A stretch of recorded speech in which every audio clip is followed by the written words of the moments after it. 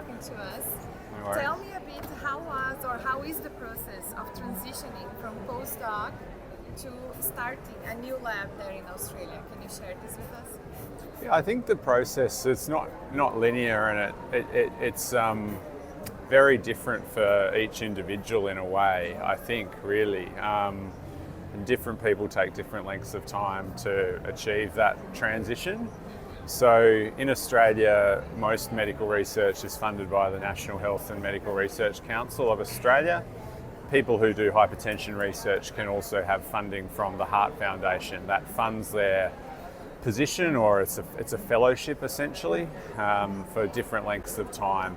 And so that's sort of the first step towards achieving independence, is obtaining one of those fellowships.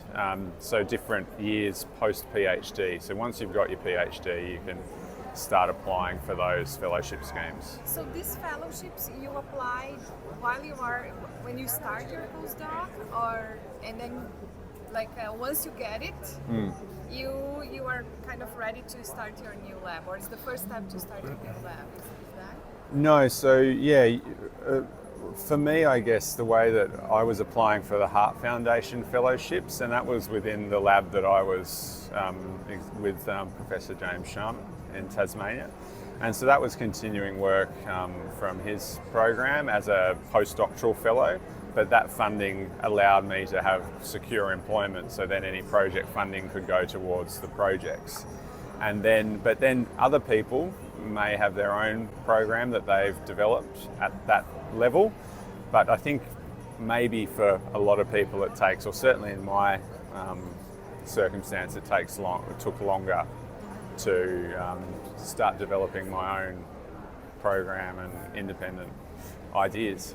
But then the transition to actually having your own lab can take many different forms. So, in how it works, the fellowship gives the support to start a new lab, or not there yet? Like it's just protecting your research project, or allows you to have some structure and start building your lab, or recruiting students? Actually, none of that.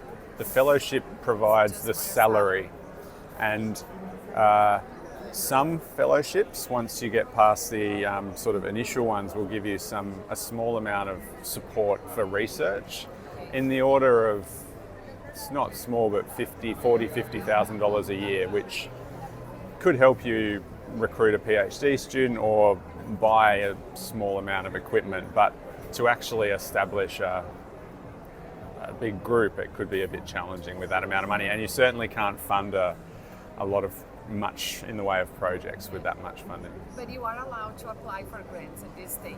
No? Yes. And then if you get, then these funds that are going to help you to build the lab and the team? Yeah, and I think it's fair to say it's the first step in that journey towards building your own research team, is having one of those fellowships, so then your salary is secure, so you have a job, and then you need to work to get other sources of project grants to allow you to then fund your own research. So getting this fellowship in Australia is essential, let's say like this. It's very essential. If you want to be one dedicated to doing research, you can, there are other pathways to doing research, but they'll typically be in a more balanced academic role, it's called, where there's a substantial amount of your time is doing teaching, and then another pocket of time doing research, and another pocket of time doing administrative tasks. So the fellowship allows you to focus your energy on research activities. And is it very competitive?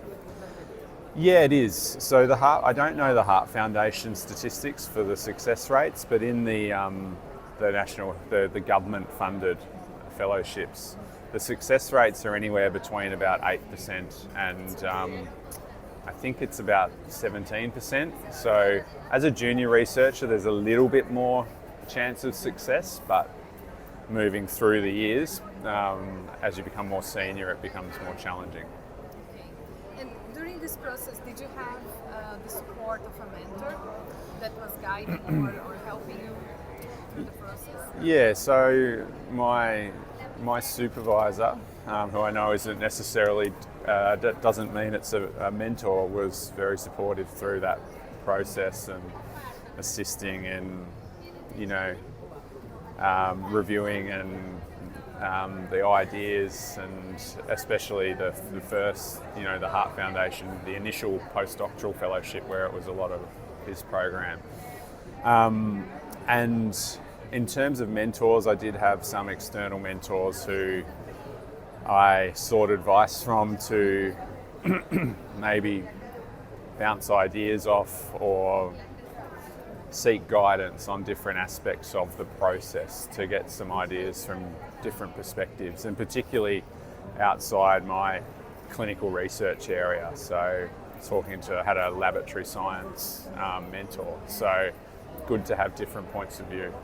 And if you do you think there are key aspects that the mentors can act that would be very helpful in this process there in Australia? Like if we have some mentors that want to support trainees in Australia, which aspects do you think are essential that they could support that would be very helpful in this process? I think they can help across the entire spectrum. I think something that is probably potentially hard, or it was hard for me, is sort of seeing a longer term vision for a big program of research and how to the steps to actually develop that. So I think having someone that you could talk to make that path a bit more visible would be very helpful. But then other mentors could help with grant strategy in particular. There's certain ways of writing these documents that I think can increase your chances of success. And a lot of mentors in Australia will have also acted as reviewers for the scheme, so they have a bit more of an intimate knowledge, so can provide, I guess, that support. And I think also mentors can help just, giving you a bit of a boost sometimes when you think it might be all too hard. It's true. This is essential at this moment when we are very vulnerable. It's Yeah. very stressful. It's our life and careers that are. This step is very essential, and having someone to kind of coach us.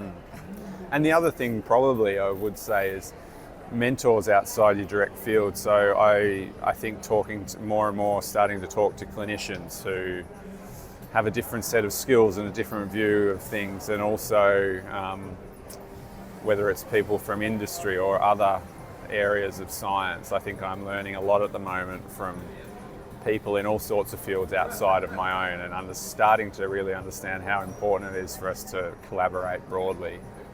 It's not necessarily mentoring directly, but I think you can learn a lot from everyone that you interact with. Okay, thank you very much, Dean.